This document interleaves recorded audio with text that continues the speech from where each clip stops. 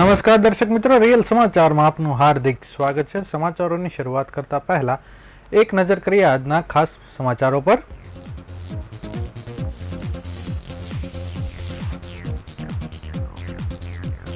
સુરત પાલિકાના પાલનપુર પામ ગાર્ડનમાં તૂટેલા બાકડા મુલાકાતીઓ માટે જોખમી।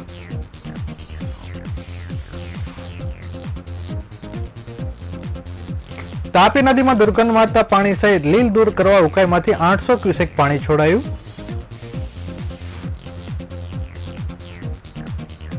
સુરતના વેપારીઓ સાથે થતી છેતરપિંડી રોકવા પોલીસ દ્વારા 18 કર્મચારીઓની એક ટીમ બનાવાઈ।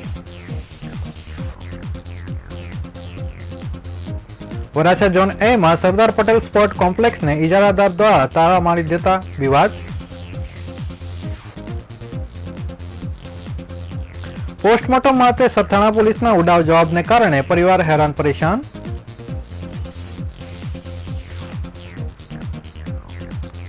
લસકાણામાંથી ગેસ રિફિલિંગનું કૌભાંડ ઝડપાયું, 50 બોટલ સાથે એક પકડાયો।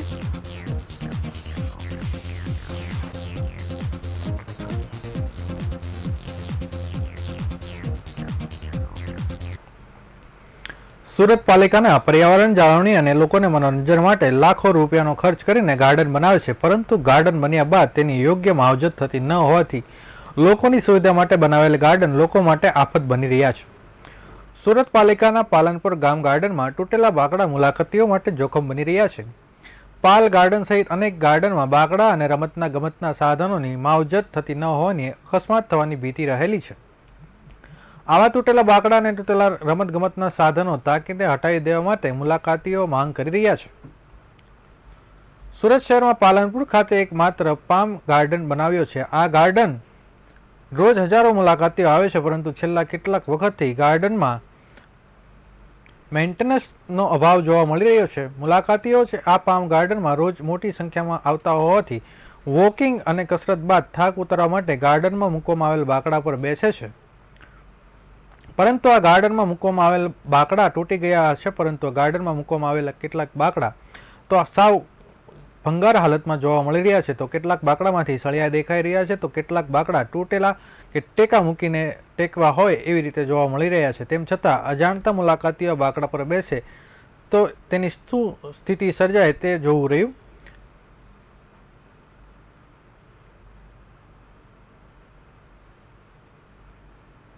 સેવંતીલાલ સોમચંદ મોદી, ઉંમર 75 વર્ષ। પામ ગાર્ડનમાં અત્યારે ઊભો છું। અહીં તકલીફ કોઈ નથી, ગાર્ડન બહુ સરસ છે, બધી વ્યવસ્થા સારી છે, પણ અમુક બોકડા છે ને એ તૂટી ગયેલા છે ને રિપેર કરવાની જરૂર છે, ને બીજા અમુક નવા નાખવાની જરૂર છે બકડાઓને। એટલે બોકડા અમુક નવા જરૂર છે અને અમુક તૂટી ગયા છે ને એ નવા નાખવાની જરૂર છે, અને અમુક તૂટવાયા છે ને રિપેર કરવાની જરૂર છે।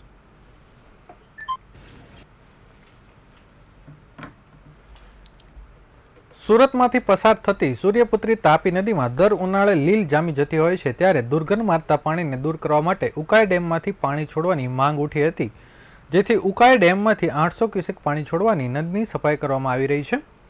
શહેરની ઉનાળામાં પાણીની માંગ 1500 એમએલડીથી વધીને 1520 એમએલડી થઈ છે, જેની કોઝવેનું જળસ્તર પણ ઘટી જતા પાણીની ગુણવત્તા બગડી રહી છે। માર્ચના છેલ્લા અઠવાડિયાથી આ સ્થિતિ છે, સાથે લીલ અને બંધિયાર પાણીમાંથી દુર્ગંધ પણ આવતી હોવાથી ઉકાઈ ડેમમાંથી છેલ્લા અઠવાડિયાથી સરેરાશ 800 ક્યુસેક પાણી છોડવામાં આવી રહ્યું છે।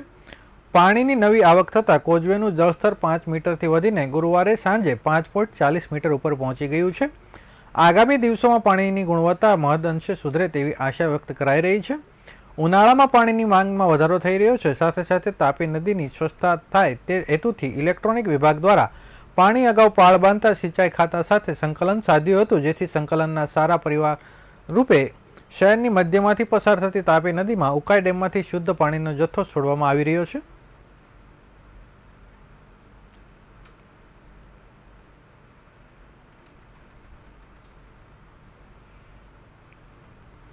સુરત શહેરને ટેક્સટાઇલ સિટીના નામથી ઓળખવામાં આવે છે, પણ ઘણા લેભાગુ સુરતના વેપારી પાસેથી લાખો રૂપિયાનો માલ લઈને અન્ય રાજ્યમાં ભાગી જતા હોય છે અને ત્યારબાદ આ માલનું પેમેન્ટ ન કરી સુરતના વેપારી સાથે છેતરપિંડી કરતા હોય છે। ત્યારે કાપડ માર્કેટમાં થતા આ પ્રકારના પૂર્વ આયોજિત કાવતરાને રોકવા અને છેતરપિંડીનો ધંધો કરતા ઈસમો સામે કાર્યવાહી કરવા હવે સુરત પોલીસ જાગી છે અને પોલીસ દ્વારા 18 કર્મચારીઓની એક ટીમ બનાવવામાં આવી છે, જેમાં એક ડીસીપી, એક એસીપી, 3 પોલીસ ઇન્સ્પેક્ટર, 3 પીએસઆઈ તેમજ 10 કોન્સ્ટેબલનો સમાવેશ થાય છે. સુરત શહેરને ટેક્સટાઇલનું હબ ગણવામાં આવે છે અને સુરતની ટેક્સટાઇલ માર્કેટમાં અવારનવાર છેતરપિંડીની ઘટનાઓ પણ સામે આવી છે.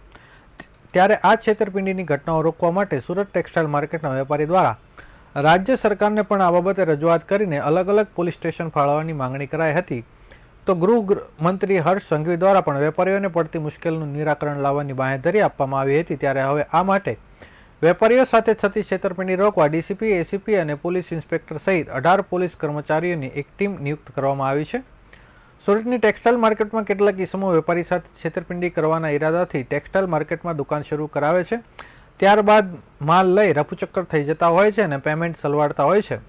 તો આવા વેપારીઓને પકડી પાડવા માટે તેમજ આવા વેપારીઓને સબક શીખવાડવા માટે અલગ પોલીસ સ્કોડની રચના કરવામાં આવી છે. તેના અધ્યક્ષ છે ડીસીપી ભગીરથ ગઢવી છે. આ સ્કોડની રચના કરવામાં આવી છે. તે સ્કોડ દ્વારા છેતરપિંડીના ગુનામાં લાંબા સમયથી ભાગતા ફરતા આરોપીઓને પકડવાની કામગીરી પણ શરૂ કરવામાં આવી છે.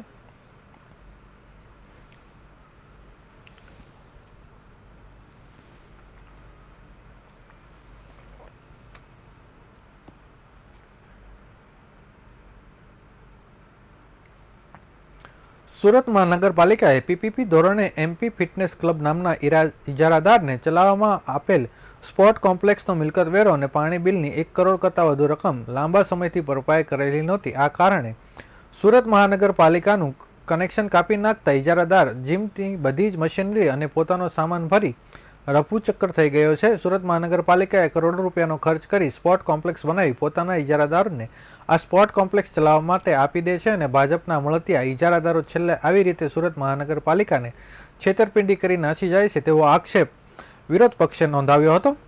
આ સરદાર પટેલ કોમ્પ્લેક્સમાં એમપી ફિટનેસ નામની કંપની 5 વર્ષના ઇજારાથી આપેલ હતું. આ કોન્ટ્રાક્ટ પૂરો થવાને 2 મહિના જ બાકી હતા અને સાથે 1 કરોડ કરતાં વધુ રકમની પાણી બિલ અને વેરા બિલની બાકી છે. સાથે સાથે ઘણા બધા મેમ્બરોની ફી પણ ઉઘરાવી લીધેલી છે. તે નફામાં આજથી લગભગ 6-7 મહિના પહેલા સામાન્ય સભા સ્પોર્ટ કોમ્પ્લેક્સના ઇજારાદાર ગેરરીતિ કરતો હોવાની વાત ઉઠી હતી. આ સ્પોર્ટ કોમ્પ્લેક્સમાં એસએમસીમાં કોટામાં અમુક સીટો રિઝર્વ રાખવામાં આવેલી હોય છે, જે સામાન્ય લોકોને 1000 થી 1500 રૂપિયા જેવી નજીવી રકમમાં સેવાઓ પૂરી પાડવાની હોય છે.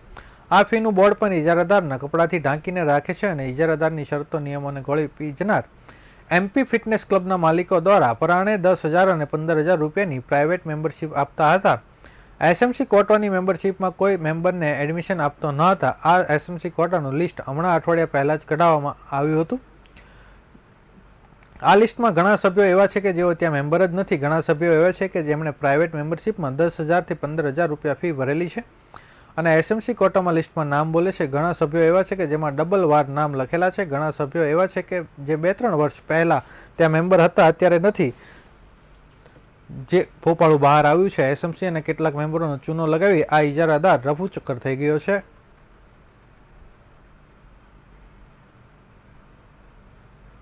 હું વિપુલ સોહાગિયા, કોર્પોરેટર, સુરત મહાનગરપાલિકા, આમ આદમી પાર્ટી. સુરત મહાનગરપાલિકા દ્વારા સુરત શહેરમાં વિવિધ જગ્યાએ સ્પોર્ટ કોમ્પ્લેક્સ બનાવવામાં આવે છે, જેમાંનું આ એક સરદાર પટેલ સ્પોર્ટ કોમ્પ્લેક્સ આજથી 5 વર્ષ પહેલાં એમપી ફિટનેસ ક્લબ નામના ઇજારદારને આ પીપીપી ધોરણે આપવામાં આવેલું. પરંતુ આજે 2 મહિના જેવો સમયગાળો આ કોન્ટ્રાક્ટને બાકી હોય અને આ ઇજારદાર પોતાનો સરસામાન ભરીને, જીમની મશીનરી ભરીને રાતોરાત રફુચક્કર થઈ ગયેલ જણાઈ આવેલ છે. સુરત મહાનગરપાલિકાના 87 લાખ કરતાં વધુના વેરા બિલની રકમ બાકી હોય, લાખો રૂપિયાનું પાણી બિલ બાકી હોય અને આ પૈસા ભર્યા વગર આ ઇજારદાર છે એ રફુચક્કર થઈ ગયેલ જણાઈ આવેલ છે. લગભગ 500 કરતાં વધારે મેમ્બરો આમાં છે. એ બધાએ ફી પણ ભરેલી છે અને 87 લાખ રૂપિયા ઉપરની કંઈક વેરા બિલની રકમ 4-5 વર્ષની બાકી છે. કેટલી ફી ભરે છે? અલગ અલગ એક્ટિવિટીઝની અલગ અલગ ફી હોય છે, જેમાં એસએમસી કોટાની રિઝર્વ સીટો પણ રાખવામાં આવેલી હોય છે. પરંતુ આ લોકો એસએમસી કોટામાં કોઈને એડમિશન આપતા નથી ને એનું જે બોર્ડ હોય છે જે ભાવનું એ ઢાંકીને રાખવામાં આવેલું છે. એ 6 મહિના પહેલાં મારી મુલાકાત દરમિયાન ધ્યાનમાં આવેલું.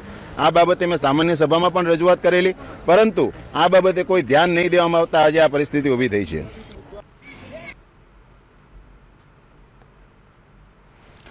નવી સિવિલ હોસ્પિટલ ખાતે પોસ્ટમોર્ટમ માટે સરથાણા પોલીસનો ઉડાવ જવાબ મળતા પરિવાર હેરાન પરેશાન થઈ ગયો હતો.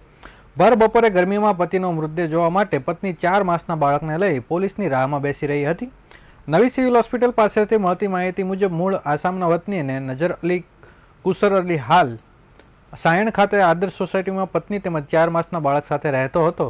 નજર અલી સાયણમાં કાપડ મિલમાં નોકરી કરીને પરિવારનું ગુજરાન ચલાવતો હતો. મંગળવારે નજર અલી તેના ઉમર અલી નામના મિત્ર સાથે બાઇક ઉપર ઈદની ખરીદી કરવા માટે સુરત આવ્યો હતો. ખરીદી કરીને બંને મિત્રો બાઇક લઈને ઘરે પરત જઈ રહ્યા હતા. તે દરમિયાન સરથાણા પોલીસની મથકની હદમાં આવતા ડાયમંડ નગર પાસે BRTS રેલિંગ સાથે તેઓની બાઇક અથડાઈ હતી, જેમાં ઉમર અલીનું ઘટના સ્થળે મોત નીપજ્યું હતું તેમજ ગંભીર ઇજાઓ થતાં નજર અલીએ 108 એમ્બ્યુલન્સ મારફતે સારવાર માટે નવી સિવિલ હોસ્પિટલ ખાતે ખસેડવામાં આવ્યો હતો, જ્યાં સારવાર દરમિયાન ગુરુવારે સવારે તેનું મોત નીપજ્યું હતું, જેથી સિવિલ પોલીસ ચોકીની સરથાણા પોલીસને ઘટનાની જાણ કરવામાં આવી હતી. સરથાણા પોલીસે જાણ કરવાના 22 કલાક સુધી સમય વીતી ગયો હતો, તેમ છતાં પોલીસ સ્ટેશનથી કોઈ પોલીસ કર્મી નવી સિવિલ હોસ્પિટલ ખાતે આવ્યો ન હતો.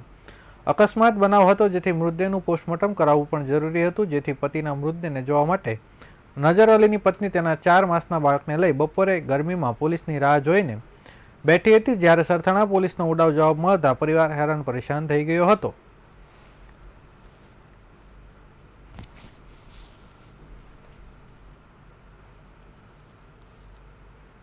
સુરતમાં છેલ્લા થોડા દિવસોથી ગેસ રિફિલિંગ ગેરકાયદેસર થતા હોવાનો કૌભાંડ પકડાઈ રહ્યા છે. લસકણા વિસ્તારમાંથી ગેસ રિફિલિંગ કરવા માટે ઉપયોગમાં લેવાતી 50થી વધુ ગેસની બોટલ ઝડપી લેવામાં આવી હતી.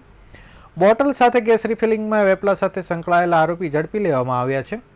લસકણા વિસ્તારમાં પારસ ગુર્જર નામનો વ્યક્તિ ગેસ રિફિલિંગનું કામ ઘરે બેસીને કરતો હતો. ગેરકાયદેસર રીતે થતી આ કામગીરી અંગે પોલીસને જાણ કરવામાં આવી હતી, જેથી પોલીસે મળેલી બાતમીના આધારે રેડ કરી હતી, જેમાંથી અલગ અલગ કંપનીના ગેસની બોટલ કબજે કરવામાં આવી હતી. સાથે જ પારસ ગુર્જરને ઝડપી લઈને કાર્યવાહી હાથ ધરવામાં આવી હતી.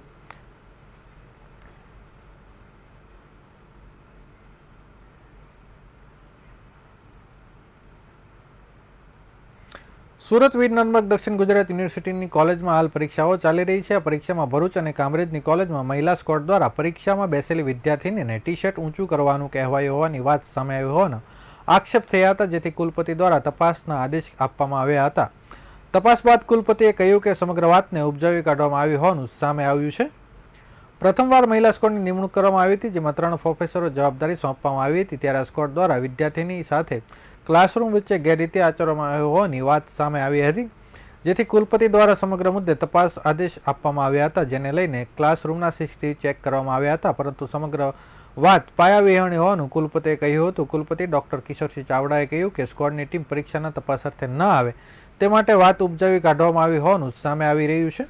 વિદ્યાર્થીની સાથે કોઈ જ પ્રકારની ક્ષોભનીય હરકત કરવામાં આવી નહોતી, છતાં આવી કોઈ ઘટના બની હોત તો તેમને શિક્ષાત્મક પગલાં લેવામાં આવ્યા હોત, તેમ જણાવ્યું હતું.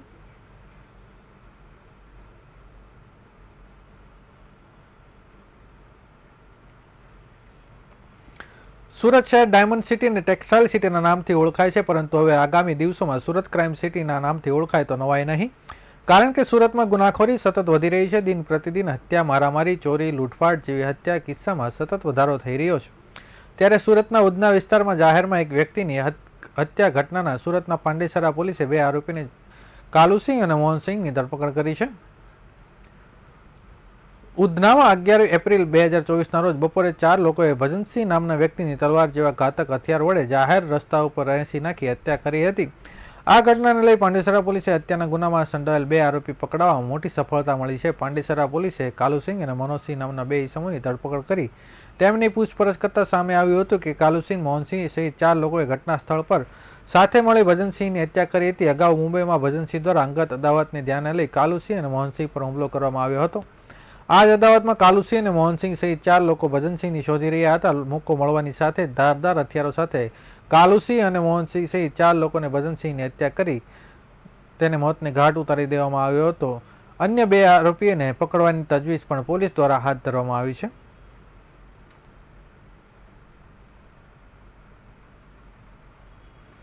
લોકસભાની ચૂંટણી જાહેર થયા બાદ પણ સુરત પોલીસ કમિશનર વગરનું રહ્યું છે. રોજ રોજ હત્યા સહિતના ગુના કાર્યો બનાવી રહ્યા છે. ત્યારે લિંબાયત વિસ્તારમાં રૂપિયાની લેતી દેતીમાં યુવક પર જીવલેણ હુમલો થયો હતો. તીક્ષ્ણ હથિયાર થયેલી હુમલામાં ગંભીર રીતે ઇજાગ્રસ્ત થયેલ યુવકને સારવાર અર્થે હોસ્પિટલમાં ખસેડવામાં આવ્યો હતો, જ્યાં યુવકનું મોત નીપજ્યું છે.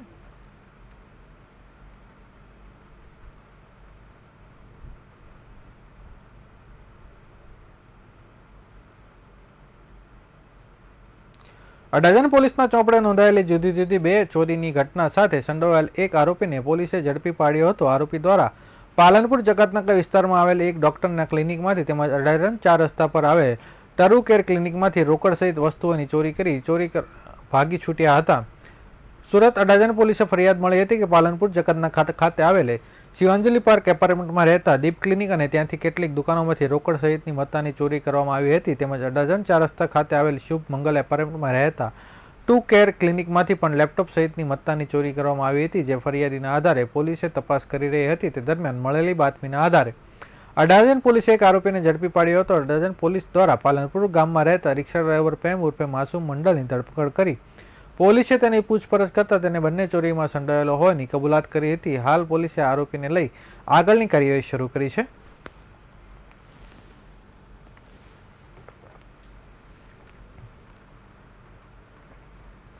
રાજ્ય સરકાર અને કેન્દ્ર સરકાર શિક્ષણને સુધારવા માટે અનેક પ્રયાસો કરી રહી છે, પરંતુ ખાનગી શાળાઓની વધતી જતી મનમાનીના કારણે અનેક તકલીફો વેઠવાનો વારો વાલીઓને આવે છે. ત્યારે હવે શાળામાંથી અપાતી નોટબુક અને સ્ટેશનરીની સાથે પ્રાઇવેટ પબ્લિકનું વેચાણ બંધ કરાવવા માટે સ્ટેશનરી એસોસિએશને લડત ચલાવી છે. નવસારી તથા આસપાસની શાળાઓમાં સંચાલકો દ્વારા જ નોટબુક અને સ્ટેશનરી અને પ્રાઇવેટ પબ્લિકેશનનું વેચાણ થતું હોય તેની સીધી અસર નોટબુક, પાઠ્યપુસ્તકો તથા સ્ટેશનરી વેચતા વેપારીઓ પર થતી હોય છે. ખાનગી શાળાઓમાં અપાતા પાઠ્યપુસ્તકો અને સ્ટેશનરી મોંઘા ભાવે અપાતા હોવાની ફરિયાદ ઉઠી હતી. જેના પગલે નવસારી સ્ટેશનરી એસોસિએશન દ્વારા મુખ્યમંત્રીને ઉપદેશીને કલેક્ટર અને જિલ્લા શિક્ષણ અધિકારીને આવેદનપત્ર આપી આ તમામ વસ્તુઓ શાળાઓ દ્વારા ન વેચાય તેવી માંગ કરી છે. છેલ્લા 1.5 વર્ષથી નવસારી સ્ટેશનરી એસોસિએશન આ લડત ચલાવી રહ્યું છે, પરંતુ હજી સુધી એ બાબતે કોઈ કાર્યવાહી કરવામાં આવી નથી.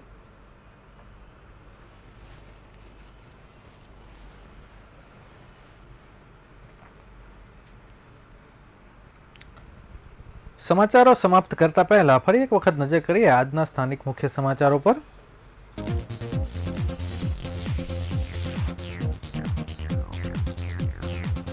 સુરત પાલિકાના પાલનપુર પામ ગાર્ડનમાં તૂટેલા બાકડા મુલાકાતીઓ માટે જોખમી.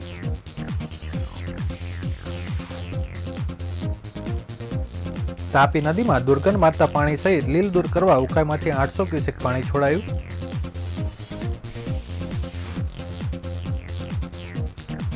સુરતના વેપારીઓ સાથે થતી છેતરપિંડી રોકવા પોલીસ દ્વારા 18 કર્મચારીઓની એક ટીમ બનાવાઈ.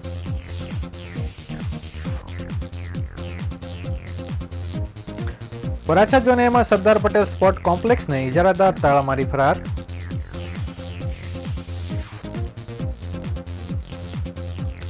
પોસ્ટમોર્ટમ માટે સરથાણા પોલીસના ઉડાવ જવાબને કારણે પરિવાર હેરાન પરેશાન.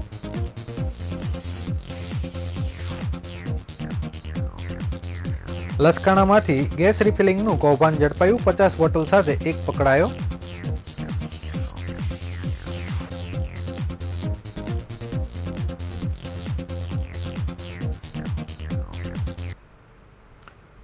આ હતા અત્યાર સુધીના રિયલ સમાચાર. નવા સમાચારો સાથે ફરીથી મળીશું. ત્યાં સુધી રજા આપશો. નમસ્કાર.